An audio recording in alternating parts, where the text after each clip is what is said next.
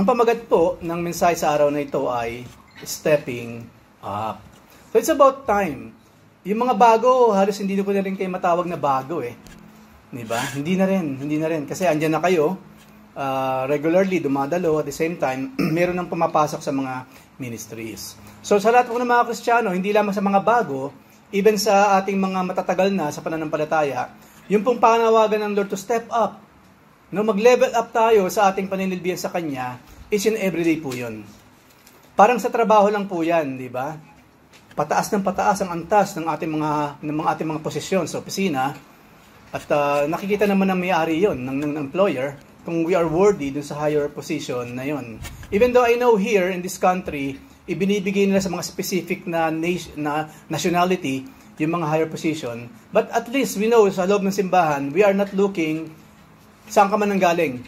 Hindi po tinitignan sa simbahan kung anong kulay mo, anong height mo, anong profession mo. Hindi po tinitignan yon. Libreng-libre po ang simbahan ng Diyos na mag-step higher lagi sa ministry. Mag-level up sa ministry. So sa atin po, especially po sa mga tatagal na mga manggagawa, medyo maging sensitive tayo sa panawagan ng Panginoon. Maybe, tinatawag na tayo ng Panginoon sa higher degree of serving Him. At sa mga bago, sa mga medyo bago, at sa mga ating mga matatagal na. So, medyo aataduhin po natin ng konti yung sinabi ni Pedro. Masasalamin po natin dito at paano makikita natin yung kanyang panawagan for us to do something more. To do something more sa ating Panginoon. So, ulitin ko po, yung sa 1 Peter 4:7 hanggang 11, pero dito mo tayo sa 7 and 11. Verses 7 at 8. Ang sabi ni Peter, the end of all things is at hand. Therefore, be self-controlled and sober-minded for the sake of your prayers. So, dito po muna tayo sa verse 7. Ang mga kapatiran po ng araw, kasi nangako ang Panginoon, He will come back again, di ba? At alam natin, according sa mga pinag-aaralan po natin, sa mga epistles, sa mga Bible books, na paparating na ang Panginoon. Imminent po ang pagbabalik ni Jesus Christ. Yung pagiging imminent, ang pagbabalik po ni Jesus Christ, noon pa, hinihintay na nila. Maging panahon pa lamang ni Pedro, hinihintay na nila na ang Panginoon malapit nang bumalik. And yet, we are now what? More than 2,000 years ago na tayo sa kanila. And until now, we are still waiting at we believe, we trust na soon, the Lord Jesus Christ will come back. Lalong-lalo na po sa panahon natin ngayon. Nagbabasa po ako patungkol sa AI. Everywhere na tumingin ako sa internet, AI na po pinag-uusapan. Marami ng trabaho ang nalalagas because of AI. And even us, kaming mga nasa advertising, nasa graphic design, malapit na rin kami. Sabi ko nga po minsan sa isang comment, sabi ko, dapat pala pag nagkaroon ng award-giving ceremony sa mga best in art, best in this, best in campaign, dapat pala merong category para sa AI. Kasi karamihan naman ng gumagawa ngayon, AI na eh. Yung mga artist parang assistant na lang. Yun po yung mundo ngayon. Halos AI na ang nasa harapan, yung mga humans, yung natural intelligence, nasa likuran na lang. Ang dami po niyan sa LinkedIn, kung magbabasa kayo kung nakasubscribe kayo sa LinkedIn, about business kasi lahat na nag-uusapan doon, about profession and so on and so forth. Andun na lahat, kapag basa mo AI and AI and AI. One day, pati mga padadero, AI na rin yun. At ang boasting nila patungkol sa AI, mas tama ang timpla, mas accurate ang pagkakaluto. Kasi walang human error. Alam niyo po ba na majority ng plane crash, hindi naman nagloko yung sasakyan aeroplano, human error po. Yung huling bumagsak ngayon, human error. Inignore niya yung machine nagsasabing, pull up, pull up. Hindi niya pinakinggan, isinyat daw niya. Ano nangyari? Patay lahat sila. Ilang daan yung namatay because of that pilot error. Kaya ngayon, lalo pong lumalapit ang mundo na AI, artificial intelligence na lahat. Lahat. Bakit po sinasabi ito? Because for me, personally, itong AI po, malaking magiging papel nito sa huling panahon. Ito yung gagamitin ng kalaban. Itong artificial intelligence. Imagine that, ang binobos ngayon ng tao, artificial intelligence. Yung natural intelligence, ayaw na nila. Ang natural intelligence galing sa Diyos. Wisdom from God, knowledge from God. Ayaw nila yun. Ang gusto nila yung man-made intelligence, yung artificial intelligence. Nung araw, ayaw natin ng artificial. Ayaw natin yun. Ngayon, lahat artificial na. This is the world na naraon tayo, mga kapatid. Sabi nga rin ni Peter, be sober, di ba? Kailangan daw laging bukas ang ating isip, malinaw ang ating isip patungkol sa mga bagay na ito. At sasabi po ni Pedro dito, bilang malapit na nga talaga yung huling panahon, especially sa panahon po natin, yun daw self-control. Mas higit na kailangan natin nowadays. It's so easy for people na magpasailalim sa control ng iba. Kung control mula sa Diyos, walang problema doon. Ako, personally, Lord, kung gusto mong i-take over ang buhay ko, do it. Wala akong reklamo doon. Take over my life, Lord, do it. Take over my decision-making, Lord, do it. Decide for me, Lord, do it. Plan for me, Lord, do it. Kasi kanina ba man tayo makakita, makakatanggap ng tamang intelligence, tamang decision-making, tamang mga pagpaplano, kundi sa Diyos din naman, di ba? Kaso ang tao po hindi na. Tapos lately, meron ako nabasa kahapon, meron pong malaking school. Ang kinekater niya, hindi siya basta school lang. Ang kinekater niya para silang nagko-coach, para yung professional, lalong ma-enhance yung kanilang pagiging professional. You know what? Kung yung mga nakaraan po, let's say 75%, 90% nagsasubscribe sa school nila, dahil nga sa itinuturo ng mga magagaling nilang mga teachers, yung mga geniuses na nag-graduate, yun po yung mga nagtuturo sa mga taong to. Ngayon po, hindi na. Halos more or less 10% na lang. Ang nagsasubscribe sa kanila, nag-a-apply sa kanila para sa mga pag-aaral, AI na po ang pinupuntahan. Lahat ng businesses po, apektado ng AI. Kami, apektado na kami. One day, kasi lahat naman kasi online na eh. AI will dictate anong gusto mong sabihin, anong hindi po pwedeng sabihin. At nangyayari na yun sa Facebook, di ba? Merong tinatag na mga words ang Facebook na hindi mo pwedeng gamitin. Basa na kayo mga mararasa salita eh. Kasi minsan hindi naman, magugulat ka lang, bakit ako blocked for few days? Wala naman ako nung nasabi. Ano ba yung kinoment ko? That is AI. Hindi po iniisa-isa ni Mark Zuckerberg yun. Hindi. Algorithm po yun, AI po yun, artificial intelligence. Ang nag-i-screen ngayon sa pwede mong sabihin at hindi pwedeng sabihin. Yun po ang panahon natin ngayon. We are already controlled by something else. Hindi lamang yung AI. We are controlled siyempre, ultimately, ng espiritu ng mundong ito.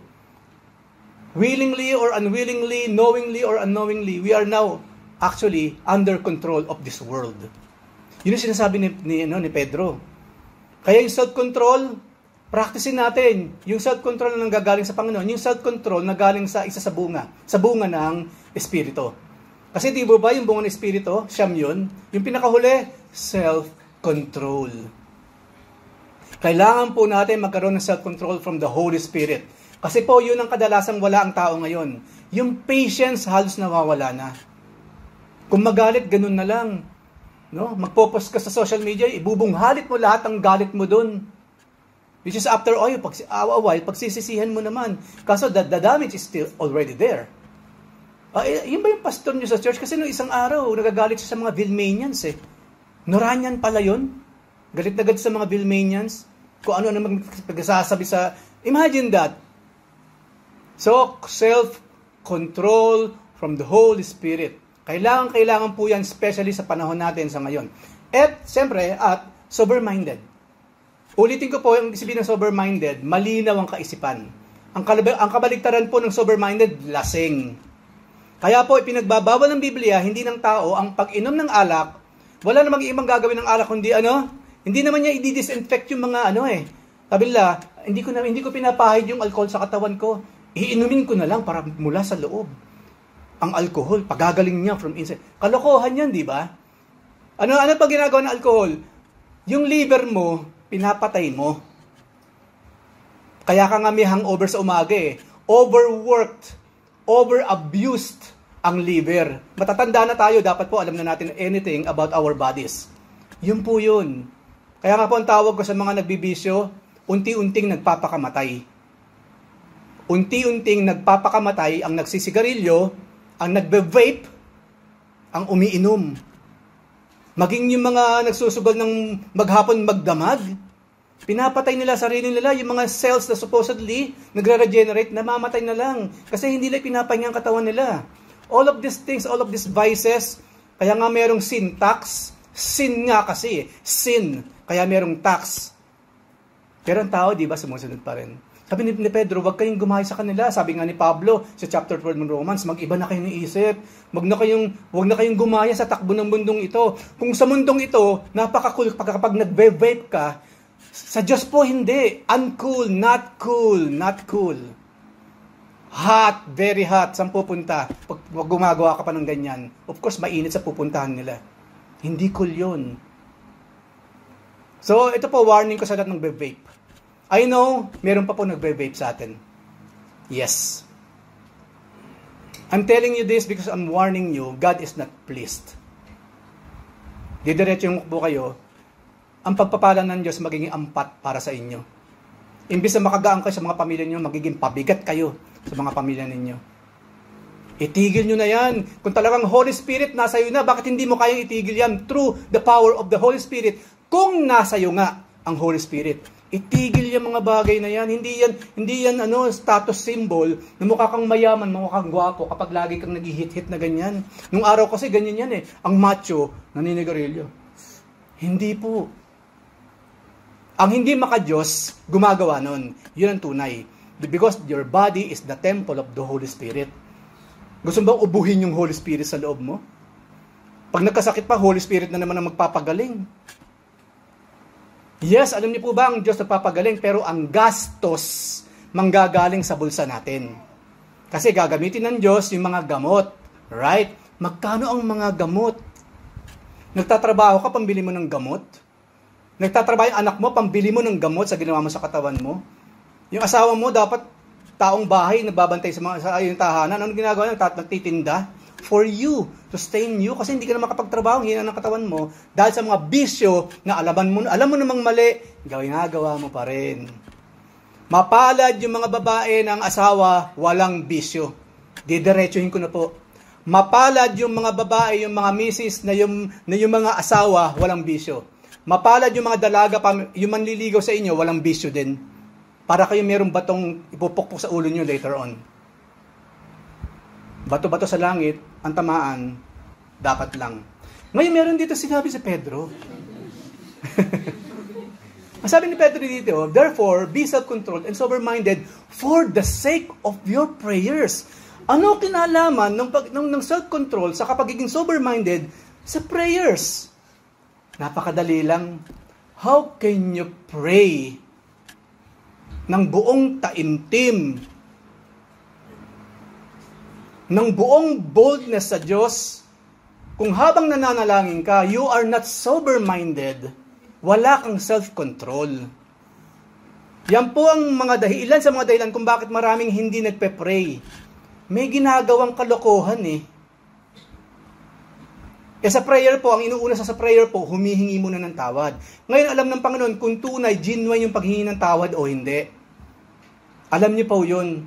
Lord, paggalingin mo na yung liver ko, yung baga ko. Pag gumaling na po ito, talagang magagamit na ako sa ministry ng todo-todo. Kung pwede lang ang Diyos, gumanon eh. Bumukas ang langit at, kasi hindi eh. Hindi. Because you know why? You already know it. We already know it. Ano pa isasagot ng Diyos doon? Yung pong ibig sabihin dyan. Kaya nga po, ang pananalangin hindi basta-basta. When you pray, make sure handa kang humarap sa Diyos and take full accountability sa anumang meron ka habang ikaw ay nagnanalangin. Kung meron ka pang inaalagang kasalanan, yun ang dapat mong tutukan. Huwag salary increase. Opo, karamihan dito, salary increase, magka-recontract ang trabaho, huwag bumagsak ang kumpanya, kapatid. Lahat ng susunod na panalangin mo patungkol dyan, hindi didinggin. Why? Marumi ka eh. Ang dapat mong tutukan muna sa prayer, Lord, heal me physically, heal me spiritually. Ang sabi ng Panginoon, then I will hear from heaven, and I will heal you, and I will heal your land. Hindi po lahat ng madalas manalangin, diniringgin ng Diyos. Tinitingnan kasi ng Panginoon ng puso. Ang husay mo, ang haba mo pang pray, epic prayer ka pa. Pag nag-pray ka, parang isang mensahe na prayer mo, tapos I can see your heart. Nakikita ko puso mo. It's not clean. Yun muna ang tututukan ko, yung mga pangalan mo iba, to follow. To follow. Saka na yung salary increase, saka na yung tumaas ang ranggo mo, saka na lahat yan. Puso mo ang pakay ko. Kung ang pakay mo sa akin, para tumaas lang ang sahod mo, kung ang pakay mo lang sa akin, para hindi ka iwan ng misis mo, kung pakay mo lang sa akin, para sagutin ka ng girlfriend mo, pues, hindi yan ang aking priority. My priority is your heart and your soul. So, maging matalino sa pananalangin. Hindi po nabobola ang Diyos. Hindi po. Alam ng Diyos, bago pang araw tayo manalangin, lumabas sa ating bibig ang ating prayers, alam na niya kung anong isasagot niya. Walang nalilingid sa Diyos. Isipin mo ang buhay mo ngayon, bakit ganun? Lord, bakit parang napakabagal ng progreso ko sa buhay? Ang tagal ko na dito, simple lang ang pangarap ko, pero bakit hindi natutupad? Nagkulang ba ang Diyos? Hindi, siyempre. Never ever ang Diyos nagkukulang. Of course, given na yun, sino nagkukulang? Yung bang ibang tao? Yung bang mahal natin sa buhay? That is personal. Yung personal natin pag-usad, personal natin business yun. You and God alone. Pagdating po sa mga bagay na yan. So isipin mo ngayon, bakit ganyan ang buhay mo? Bakit ganyan ang buhay natin? Kung namumuhay pa tayo sa kasalanan ngayon at inaalagaan pa natin, huwag mo nang asahan na parang palalampasin na ng Diyos yun at pagpapalain ka ng ganon-ganon na lang. Hindi po uto-uto ang Diyos. Wala pong personalized Jesus. Merong person ng pangalan Jesus at siya na yun. Hindi na siya magbabago. Kung sino siya noon, yun siya hanggang sa huling panahon. Until the whole eternity. Hindi natin pwedeng baguhin ang Diyos.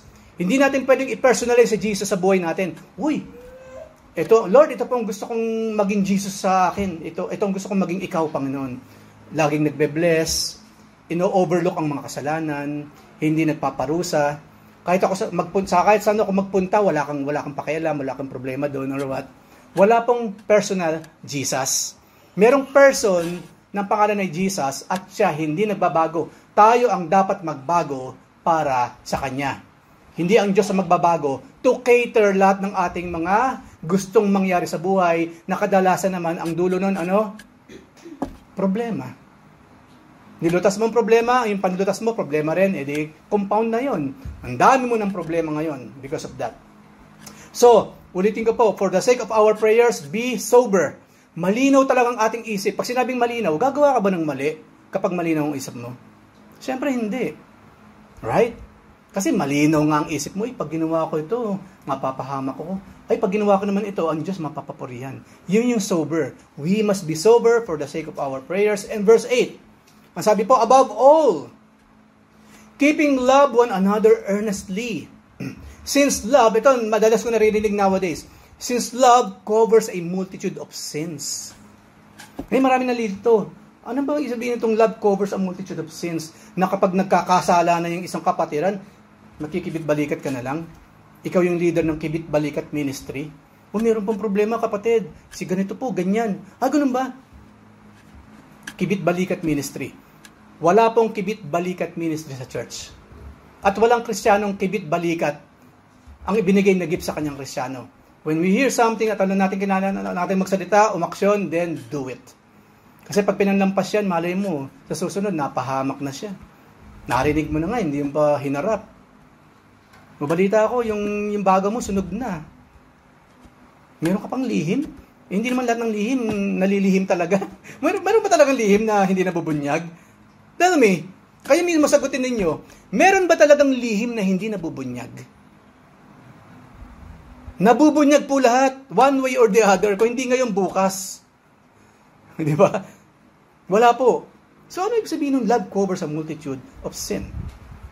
Bigyan ako ng analogy, yung mga bata, ang titigas ng ulo. Si Levi, takbo ng takbo, muntik-muntik ka mahulog sa hagdanan, yung lolo't lola niya, kahit yung mga buto-buto, medyo hirap na, Di ba? Papagalitan mo yung bata, di ba? Papagalitan mo, pagsasabihin mo, huwag mong gagawin yun. Pag nahulog ka, mapapahamak ka. Huwag na si Levi. Yung medyo malaki na. Tayo, nung tayo nasa adolescence, ang titigas ng ulo natin, di ba?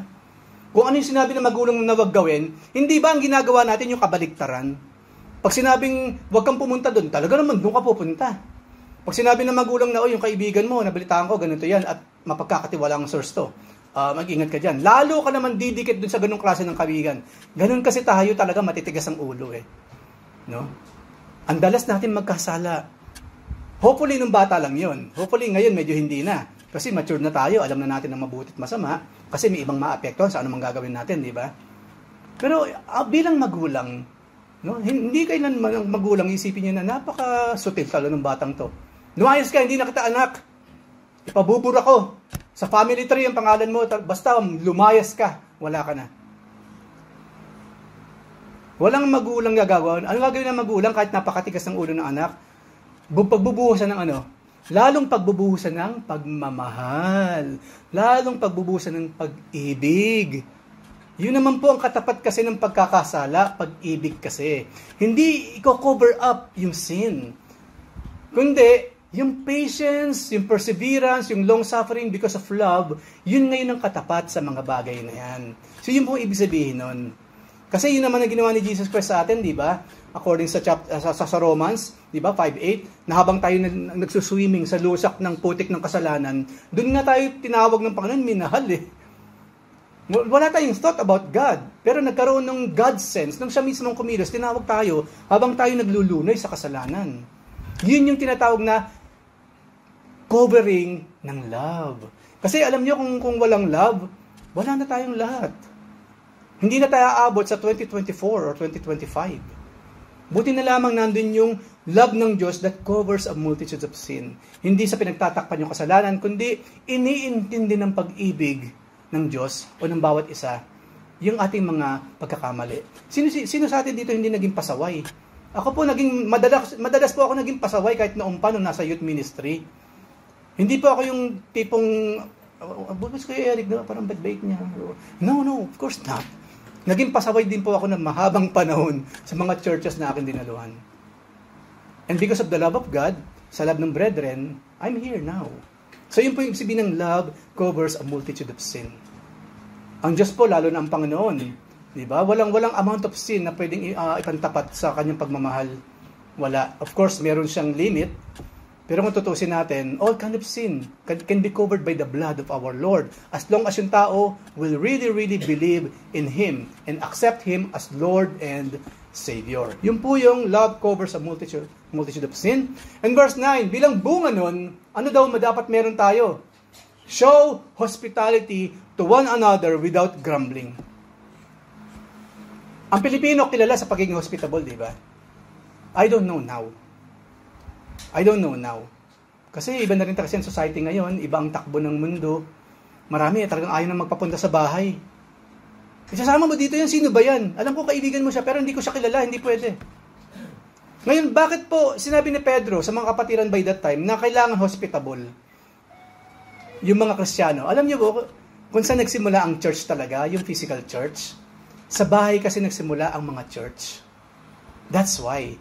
Kung babasahin po ninyo yung epistles, even the Lord Jesus Christ, kung wala siya sa dagat, kung wala siya sa bukid, nasa bahay siya ng kanyang mga believers. At doon sila nagba-Bible study. Nung panahon ng mga apostol sa Book of Acts, basahin niyo ng buo yun. Saan sila nagtitipon kadalasan? Sa bahay ng mga kapatiran. Ganun po kahalaga na bilang Kristiyano, meron tayong hospitality. Na sa ganun yung mga tahanan natin magamit sa gawain. Magamit sa kapurihan ng ating Panginoon. Marami pong church dyan nagsimula. Yung GCC Pasig ngayon sa bahay namin nangyayari. At marami pang iba. Yung pong pinanggalingan namin church dati ni Sister Joy, dati po siyang duck shed. Kulungan, right? Kulungan ng mga ducks, ng mga bibe or what? Itik. At puro shell po yun. Kasi nga, itikan nandun eh. Puro shell. So pinapakain na niluluwa ng mga ano. Ganun po yung church namin dati doon, duck shed siya.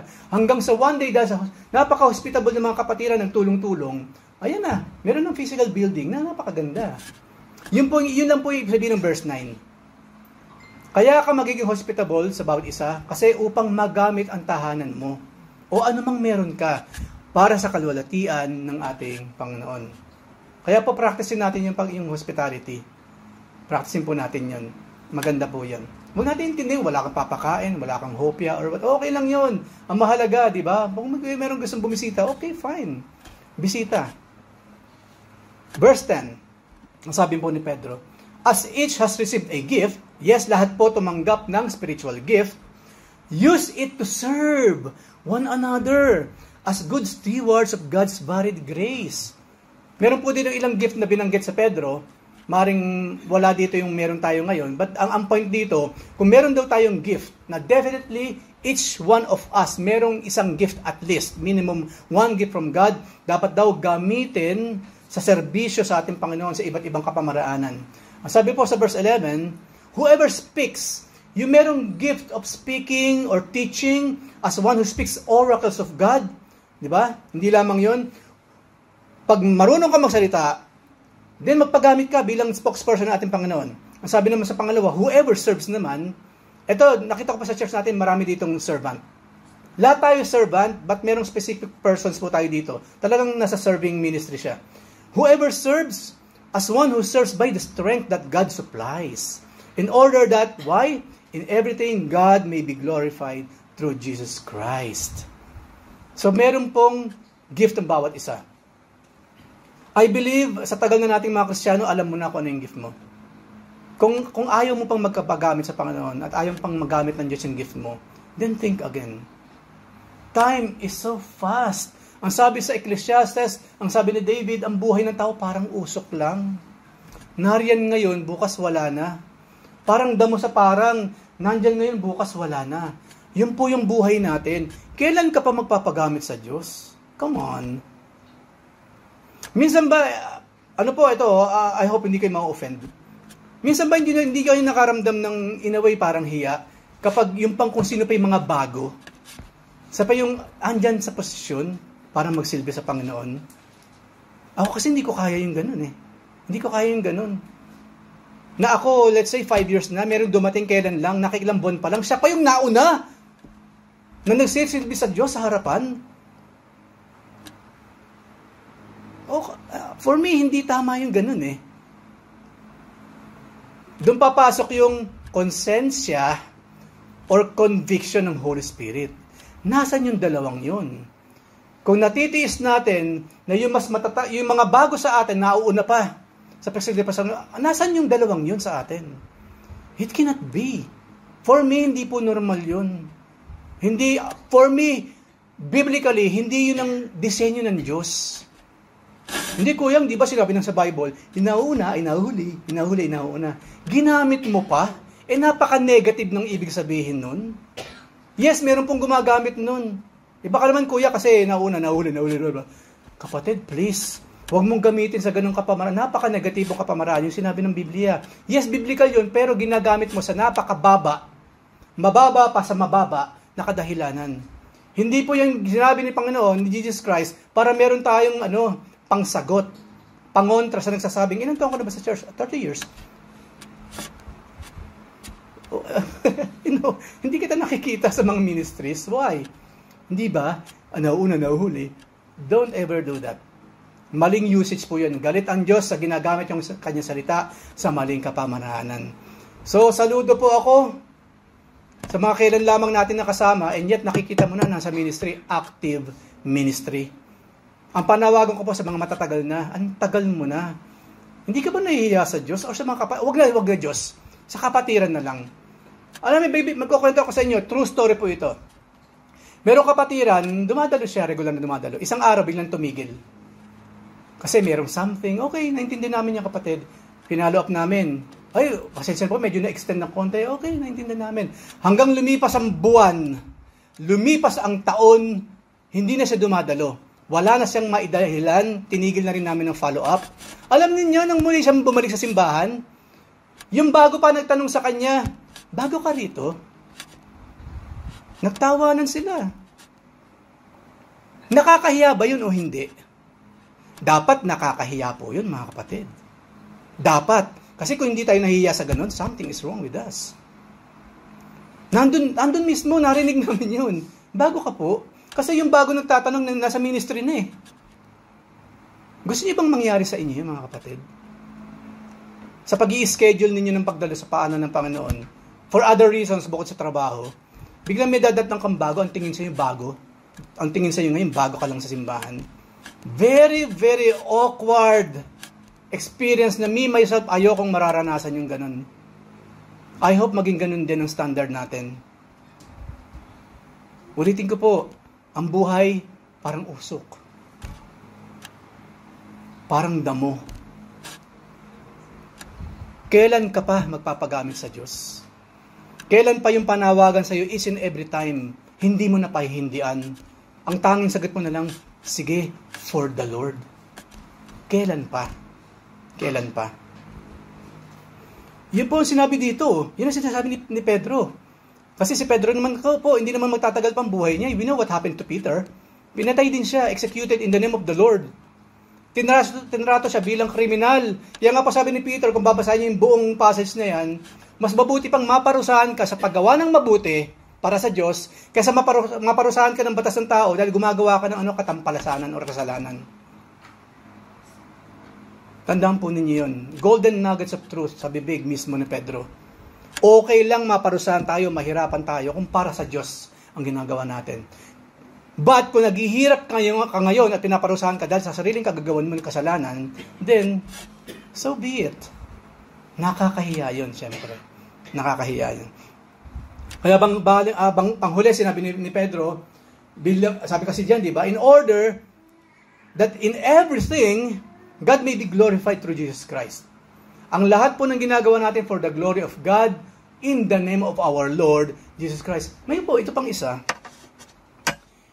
Si Jesus Christ kasi hindi lamang natin siya, of course, Lord natin siya, kaibigan, di ba? The same time kasi mentor natin ang Lord eh. Sa Kanya nang galing lahat ng ito. Maging anumang meron ng mga disciples sa mga apostol, galing kay Jesus Christ yun.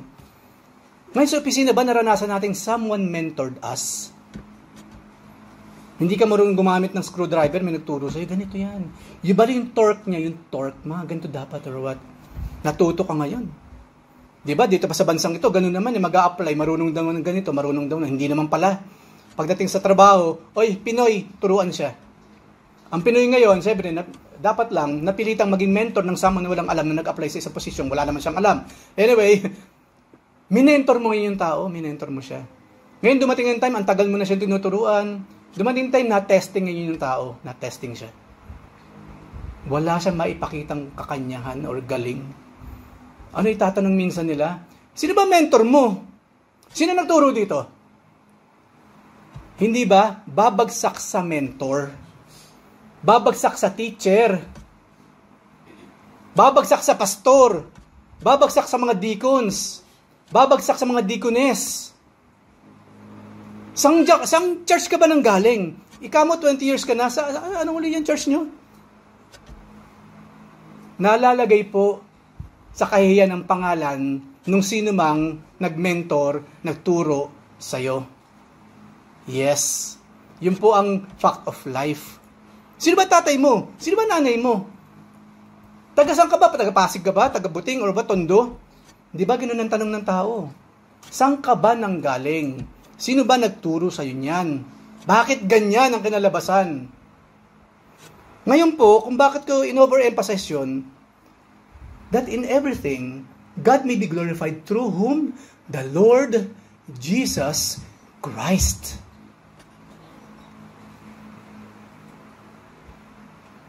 Ang Lord ang mentor natin at lahat ng ginagawa ni Jesus Christ, yung pinag-uutos ng Ama upang mag-glorify ang Father through Him. But look at us now. Ang tanong ko ulit, nakakapagbigay ba tayo ng ganong klase ng glory to the Father sa pamagitan ng pagsunod natin sa salita ng ating Panginoon? Answer it with yourself, to yourselves. Nasa ganun tunay nga, bumalik sa Kanya ang glory and dominion forever and ever. Amen. I hope, habang nasasalita ako, nararamdaman niyo yung weight ng sitwasyon. I hope nararamdaman niyo yung weight ng kalalagayan natin ngayon sa harap ng ating Panginoon. Kasi ang normal kasi mangyayari after this kind of speech, you will feel the weight. So ang isa ko pong tanong, can you feel the weight now? Do you feel that weight? Yung bigat na pinag-usapan natin, yung timbang. Kasi po kapag hindi, ibang klase ng dealing ang kinakailangan gawin sa taong hindi nakakaramdam ng ganun. Ibang dealing po. Ibang dealing. Ngayon, bakit pa ganun? Bakit parang napakahirap, Kuya Eric? Ay, inaamin ko ngayon, tagal ko na sa gawain. Pero bakit ko nga? Napansin ko yung mga pinakabago pa, yung mga babes in Christ. Ako, na ako supposedly adult or matured in Christ. Pero bakit nga yung mga babes pa in Christ, sila pa yung nasa posisyon ng mga ministry? Why? Marami pang reason yun na hindi ko kayang isa-isahin. Pero meron pong sinabi dito sa Biblia na kinakailangan kasi natin at least man lang maranasan. Na magsisilbing siya yung panimulain upang magkaroon tayo ng ganung klase ng pagnanasa to serve the Lord. Matagal ka man sa simbahan or hindi na. So, ang sabi po sa Biblia, let us crave for the pure spiritual milk. Spiritual growth is always marked by a craving for a delight in God's Word. With the intensity, katulad nga raw ng baby, na gustong-gusto nila talagang uminom sila ng gatas, di ba? Ganun mga baby to the point, naglulupasay yung mga yan, nag-iiyak ng ganun na lang. Halos maputo ng hininga para lang sila makainom ng gatas. Dapat daw ganun dapat maramdaman natin. Pagdating saan? Sa Word of God. Saan yun? Pakikinig ng messages. Pagbabasa ng Biblia. Pagdalo sa mga Bible studies. Pagdalo, pakikinig sa mga exhortations. Yun po yung pinag-usapan dito. Kailangan daw magkaroon tayo ng craving. Craving upang lalo nating malaman ang kalooban ng salita ng Diyos. Kadalasan yung craving sa tsokolate lang eh. Ay, nagka-crave yata ako sa bulalo or what? Di ba kadalasan ang craving sa pagkain lang? What about the crave? Na marinig ko ulit ang salita ng Diyos na makakatulong sa akin para makaposisyon ako ng tama sa aking sarili pagdating po sa gawain. Wala po kasi ibang makakatulong sa atin mga kapatid.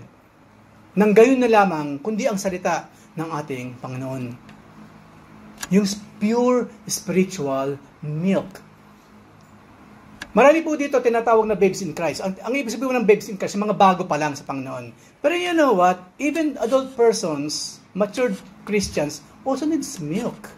Kailangan pa rin natin yun. I know, anyway, spiritual milk na may pinag-uusapan natin, hindi naman physical kasi marami kasing hindi umiinom ng gatas kasi nasisira ang tiyan. Pero, you know what? Mapa-physical man, o lalo na maging spiritual, kailangan po magkaroon tayo ng craving doon. Hindi ba ganun naman ang buhay? Dapat kung ano yung mas makakabuti sa'yo, doon ka mag-focus. Kasi why? Makakabuti kasi sa'yo eh. Hindi ba? Ako po, matagal natigil yung SSS ko. Pero ngayon po, binubuno namin ni Sister Joy. Makumpleto yung SSS. You know why? Kasi alam ko, pag ako nag-retire, malaki kahit pa paano. Meron man lang ako matatanggap sa SSS. Pambili man lang namin ng gamot kapag kami nagkasakit. Ayos na yun. Yung paminsan-minsan na labas namin, hindi naman kami ni Joy, hindi kami malakas kumain. Saka hindi rin kami yung mga paklas ng mga tao. Simpleng tao lang kami. At least man yung SSS na yun, di ba, malaki magiging pakinabang namin later in life. And that is a very, very near future. Di ba? Bakit ako naguhulog sa SSS? Kasi may pakinabang kasi siya eh. Maganda yung magiging pakinabang ko at ng aking pamilya. So, ganun din po yung craving na pinag-uusapan natin. Kung naniniwala talaga tayong malaki ang maitutulong ng Biblia, ng Word of God sa buhay natin, then crave for it. Kasi naniniwala po ako, kung talagang naniniwala kang ito ang kasagutan sa lahat ng aking problema sa buhay, Biblia, relasyon kay Jesus, you will really focus on these things. Pero hindi ba, actions speak louder than words. Minsan desire lang eh. Yung bang good intention lang. Sabi na maganda naman yung merong good intention, pero kung puro intention na lang yan, saan mapupunta ang intention? Right? Right? Ang ganda ng intention ko. Ano mo, gusto kong magganda sa Panginoon, ganito, ganyan. Okay, ang ganda yan. Okay. Kailan mo naman planong yung intention mo, maisakatuparan? Kailan yun? So okay lang po, merong good intentions, but make sure meron panahong nasa sa katuparan yung good intention natin. Kasi kung good intention lang yan, walang mangyayari. Hanggang good intention na lamang. Ang intention ko talaga, lumalim ako sa knowledge of God. Okay? So dumadalo ka ba sa mga pag-aaral? Kasi hindi eh. Nakikinig ka ba man lang sa online? Hindi rin eh. Na-recorded yun, nababalikan mo ba? Ay, hindi rin. What's that intention? So, again, action speaks louder than word. Ang sabi again ni Peter, chapter 2, verse 2, sabi niya, like newborn infants, long for the pure spiritual milk, that by it you may grow up into salvation. May kinalaman pala ito sa kaligtasang tinanggap natin. Bababaan ko na lang, medyo lalabnawan ko, or hindi ko na masyadong pahabain.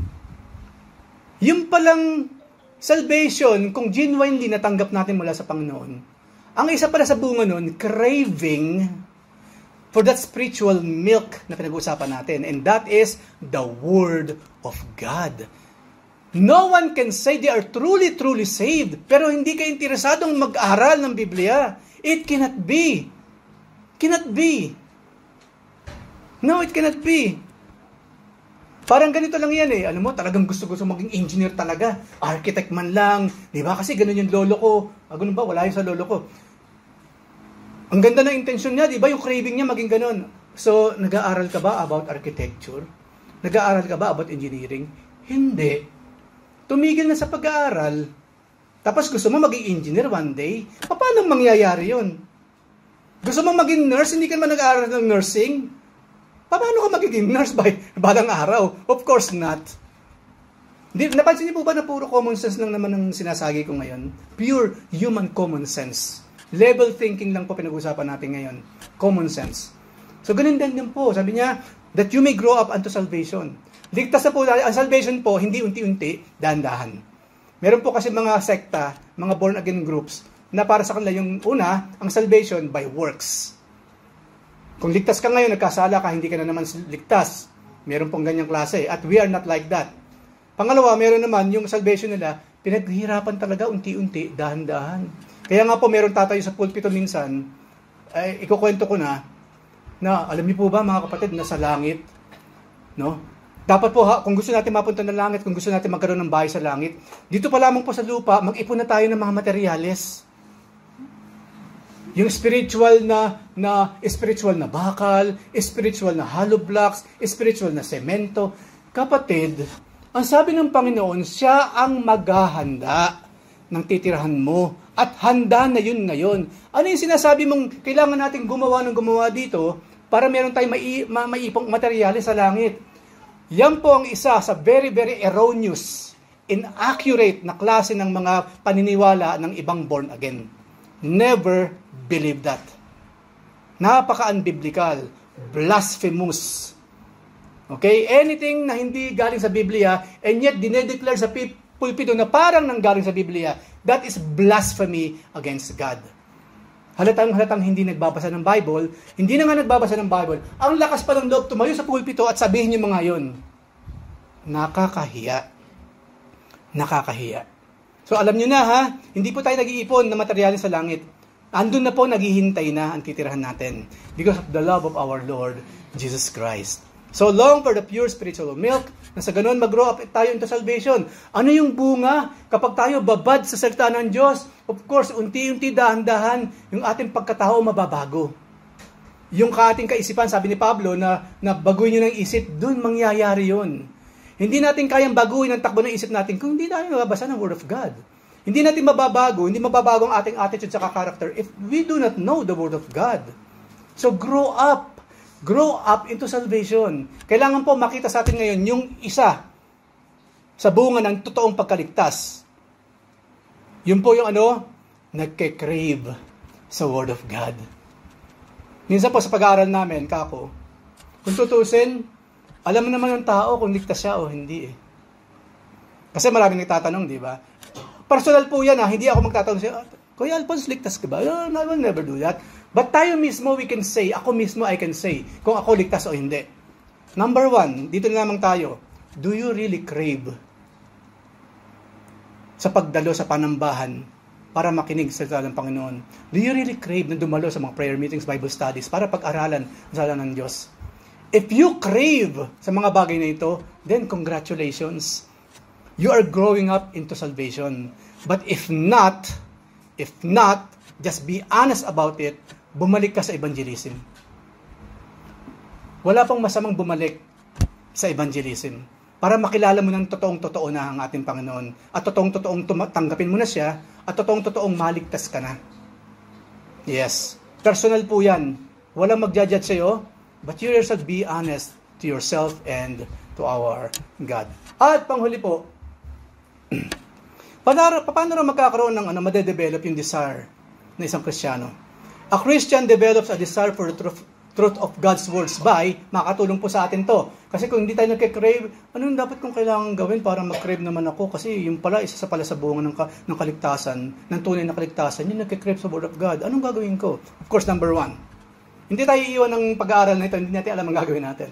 Number 1, we must always remember yung source ng ating life. Hindi ka humihinga ngayon kung hindi pa hintulutan ng Diyos na huminga ka. Hindi tayo gumising kanina kung ayaw ng Diyos tayo gisingin. All of the life as a whole is from God and maintained by God. Doon na lamang, gagamitin ko yung mababang term na yung utang na loob, maibabalik na natin. Para sa mga magulang lang yan eh. Hindi po ba sa panahon natin ngayon, ang daming mga anak na napakasutil sa magulang. Pag sinabi ng magulang ganito, kabaligtaran ng ginagawa, hindi ba? Right? Nag-experience na yan, ang karamihan. All of us, naranasan natin yan. Sabi diyan, huwag kang ganyan sa magulang mo, pambira, nanggaling ka sa kanila. Hindi ba isa yan sa sinasabi natin sa mga sutil sa magulang? Kung tarutuin yung magulang, kala mo chimoy lang eh. Kala mo chimay lang or what? Sinasaktan ng kalooban, sinusumbatan sa lahat ng ginagawa. Isa-isa lagi sinasabi, huwag mong ganyan yung magulang mo, sa kanila ka galing. Enough na yon para yung bata lumagay sa ayos. Lagi pong nire-remind ng mga bata dyan, mga kapatid. Kasi ang bilis ang mga bata, kahit matanda na nga adult na, ang bilis makalimot. Hindi talaga marunong limingon sa pinanggalingan. Yun pong ibig sabihin yan. And ultimately, of course, lahat tayo nanggaling sa Diyos. Isipin mo na lang, kaya ka buhay ngayon because of God. So siguro naman, makakatulong to para, oo nga, no? Kaya naman sa Panginoon, sige. By the power of the Holy Spirit, dadalo na ako sa mga pag-aaral. Bilang kapatunay na ako'y tunay na ligtas. Diba? Number 2, of course, eliminating sin from his life. Ang tunay, siyempre, may kaligtasan, unti-unting nababawasan yung kasalanan. Hindi dinadadagdagan pa. Lahat po tayo dito makasalanan, yes. Ligtas na po tayo at marami sa atin dito. I pray to God 100% sa atin papasok ng langit. Di ba? Nakakasala pa tayo mga kapatid, even me. Pero ang point po ganito. Hopefully naman yung 100 na sila nagagawa mo sa isang araw, ngayon sana 80 na lang. Ibig sabihin nababawasan siya. Opo. Kasi po hindi natin talaga magiging zero na lang ang sin natin habang tayo nasa flesh. Yun po ang totoo mga kapatid. Kaya po tayo nagkakamali, nakagawa ng mga kapalpakan sa buhay. Because we are still in this wretched flesh. Habang ang kaluluwa natin nakasaksak dito sa laman na ito, we will commit sin. Pero at least man lang, hindi man tayo maka-zero sin na habang tayo nabubuhay dito. At least man lang, nakikita ng Diyos at nakikita ng bawat isa, dating ganito yan eh. Dati laging nakasigaw yan eh. Ngayon, konting sigaw na lang. At least yung volume nabawasan. Dati ang sungit niyan eh. Napaka-pessimistic dati niyan. Dati yan, napaka-cynical niyan. Napaka-nega niyan dati. Dapat ganun po nakikita sa atin. Na ikukumpara yung dati sa ngayon. Na mas okay ka ngayon kaysa dati. Dapat po ganun tayo mga kapatid. Hindi ka baliktaran. Na yung dating kasalanan hindi mo ginagawa, nung ma-born again ka, ginagawa mo na. Hindi ba enough yun na patunay na hindi ka pa talaga ligtas? Anyway, but since nagkakasala tayo because of the flesh, we really never know. But the person, again, knows that. Maganda rin po yung paminsan-minsan na tinatanong natin sarili natin, Panginoon, ligtas po ba talaga ako o hindi? Kasi alam niyo, meron namang malinaw na listahan ng Biblia para masabi ng tao na totoong ligtas siya ng walang kaduda-duda. Meron naman kasi, kung dadalo kayo ng mga pag-aaral, makikita niyo, malalaman niyo. So yun po ang challenge sa bawat isa. Do not miss, do not neglect all kinds of gatherings. Kung kaya ninyo, kung wala kayong trabaho, kung hindi man manood, i-rewind nyo yung tape sa online, panoorin nyo ulit. Diba? So yung daw sin, diba? Dapat daw na-eliminate sa tulong again. Diba? Sa tulong again ng ating Panginoon.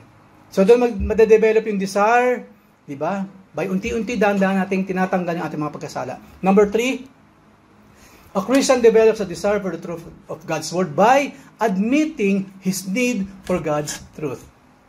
Oo nga naman, ano? Kapag lagi mong nilalampasan lahat ng pag-aaral, para mo na rin sinabi ng, hindi mo sinasabi sa magitan ng iyong bibig, kundi inaakto, which is, action speaks louder than word, na hindi ko kailangan yan. Matalino na ako. Kahit hindi ako sumama sa inyo sa lahat ng Bible study, matalino na ako, marami na akong alam tungkol sa Biblia. Hindi ba one way or the other, yun ang sinasabi ng mga tao kapag ganyan? O, nabasa mo na ba itong bagay na ito? Kasi mahalaga ito, pagbalik natin sa opisina. Hindi na. Kaliwali. Di ba? Hindi na kailangan yan. Pagdating doon, lagot. Maraming ganyan yung pumunta ng PIDOS. Nag-a-apply ka mag-abroad, tapos yung mga requirements ayaw mong daanan. O pagdating doon, edi puro kapalpakan yung nangyari sa kanya. Ang dami niyang na-miss ng mga bagay na dapat pala ginawa niya o hindi niya dapat ginawa. Kagagawa niya yun eh. So, i-admit daw natin yung need natin sa salita ng ating Panginoon. Remember, Jesus Christ is the way, the truth, and the life. Si Jesus mismo yung truth na pinag-usapan natin. We need Jesus Christ. At tandaan natin, hindi darating ang time na hindi natin siya kakailanganin. Number 4, of course, pursuing spiritual growth. Kung nga naman, napansin ninyo mga kapatid, lahat ng mga pag-uusapan natin dito, nag-uugat lang siya by knowing Christ more, by reading and by listening to His words. Kung nga naman, i-pursue daw natin yung spiritual growth, at ang spiritual growth, hindi po makukuha sa laging nakaganyan ka lang, na nandito ang gawain, ikaw nandito. Walang spiritual growth doon. Ang spiritual growth, kung saan nandun yung source ng growth, which is the Lord, nandun tayo. Kung nasan yung, sabi nga nila, pumwesto tayo kung saan ang Panginoon dumadaan. Kasi ganun nung araw, di ba? Sino yung unang nakinabang kay Jesus Christ? Yung mga taong nag-aabang sa Kanya. Nalaman lang, ipupunta pala ng Bethsaida ang Panginoon. Nakapwesto na sila sa Bethsaida ngayon. Uy, pupunta pala ng Jericho si Jesus Christ, dadaan. Nakapwesto ngayon sila doon sa street sa Jericho. Yon ang mga naaabutan ng pagpapala mula sa langit. Yung mga nasa malayo, wala silang aasahan syempre. Ganun din po sa atin, mga kapatid. Kung lagi kang malayo sa gawain, anong inaasahan mo? Di ba sana, kung lagi ka rin nagbabasa on your own, nagpe-pray ka rin on your own, nagka-quiet time ka rin on your own, nakikinig ka sa mga messages online, mga recordings on your own. Pero kung wala rin naman lahat yun, anong aasahan mong growth? Diretsahan po ano nga asahan mong growth? Tignan mo yung mga agad-agaran na pupunta sa mga ministry. Pasinin mo, ano meron sila? Kung bakit nangyari yung ganun? They are always there. Because they are always there. Parang yung mga apostol, parang yung mga disciples. Kung nasan si Jesus, they are always there. Kung nasan ang gawain, they are always nandun sila sa fellowship. Lagi silang naroon. Hindi nakakapagtaka. Gayun na lamang yung spiritual growth na meron sila, right? Right. At paghuli po, a Christian develops a desire for the truth of God's words by, ito ang paborito ng lahat, pero hindi natin initsipwera, surveying the blessings of our Lord. Ito kasi, minsan kasi, ito na yung pinakaano lang talaga, habol lang sa Diyos blessing. Kaya minsan, di ba, nag-comment ako pag nagtanong yung song leader, are you blessed? Be truthful. Blessed ka ba talaga o hindi? Hindi yung... Alam naman siguro natin kung sino yung talagang blessed, right? Meron kasing tunay na blessing at meron mga ambon. Merong ulan ng pagpapala, merong ambon, wisik-wisik ng pagpapala. Alam niyo po ba, ang gusto ng Panginoon sa atin, ulan ng pagpapala, hindi ambon lang, hindi wisik-wisik. Kasi kung hindi nga natin gagawin to, kung wala tayo ng craving na pinag-usapan natin, ambon lang yan, kapatid. Or trickle. Yung mga, hindi mo mararamdaman pag sa tuyo na kaagad. Trickles ng tubig mula sa langit. I-survey natin yung mga blessings ng Panginoon. I-survey natin. Oo nga, buti lang ang Panginoon, sinabi sa Biblia, di ba, 103 ng Psalm, sabi doon, ang Diyos kung magparusa, hindi katumbas ng pagsuway. Ay, maraming salamat sa Diyos. Maraming salamat sa Lord. Kasi sinabi niya yun, na siya kapag nagparusa, hindi katumbas ng pagsuway. Buti na lang ganun ang Panginoon. Kundi lalong-lalo na tayong hirap na hirap sa buhay. Kasi aminado tayo, hindi naman talaga lahat na susunod natin mula sa ating Lord. I-survey natin. Okay, bigay example bago tayo mag-closing. Ito yung talamak Okay, let's say, hindi naman malaki sahod mo, pero imagine, hindi ka nagkakasakit, walang may cancer sa inyo, walang may buning baliktad. Di ba kadalasan ang sinasabi, milyonaryo nga yan, pero kita mo nung ang stomach niya, plastic. Hindi makakain ng tama. Yun po kayong narinig ko ng araw, patungkol sa may-ari ng Sheraton. Na ang yaman-yaman ng may-ari ng Sheraton, pero ano na siya, pinalitan na ng plastic yung stomach niya kasi, something is wrong. So, hindi niya ma-enjoy. Ano naman kung meron siyang 1 billion real? Hindi nga siya makakain ng shawarma Delikado. Imagine that. Imagine that. Kaya nga po ang pagpapala hindi nakukuha sa laki o liit ng amount ng pera. It is how you enjoy life. It's how we enjoy this life without those kind of money. Kasi maraming mayaman, sira ang pamilya, naghihiwalay. Drugista, hindi lahat hindi po lahat, kasi merong mayamang Kristiyano. Praise the Lord. At nagagamit niya sa ministry. I-survey natin yung blessings natin ngayon. Ngayon, ay Lord, nung i-survey ko po yung mga blessing na binigay mo sa amin, nakakahiya, Panginoon. Kapag kinumpare ko yung blessing niyo sa akin, sa mga ginagawa ko naman para sa iyo, Lord, nakakahiya. Dapat po nakakaramdam tayo ng ganun. Opo. Mahiya tayo sa Diyos. Hindi naman tayo dapat mahiya sa Diyos kung ginagawa rin lamang natin yung mga doable naman ng mga pinag-uutos ng ating Diyos. So, wag na natin gawing master ang laman na ito. Yung kasing problema, hanggang ngayon kasi, even though we are Christians, ang master pa rin natin kung ano yung gusto ng laman. Gusto ng laman, maglima yun sa kung saan-saan. Gusto ng laman na ipahinga na lang.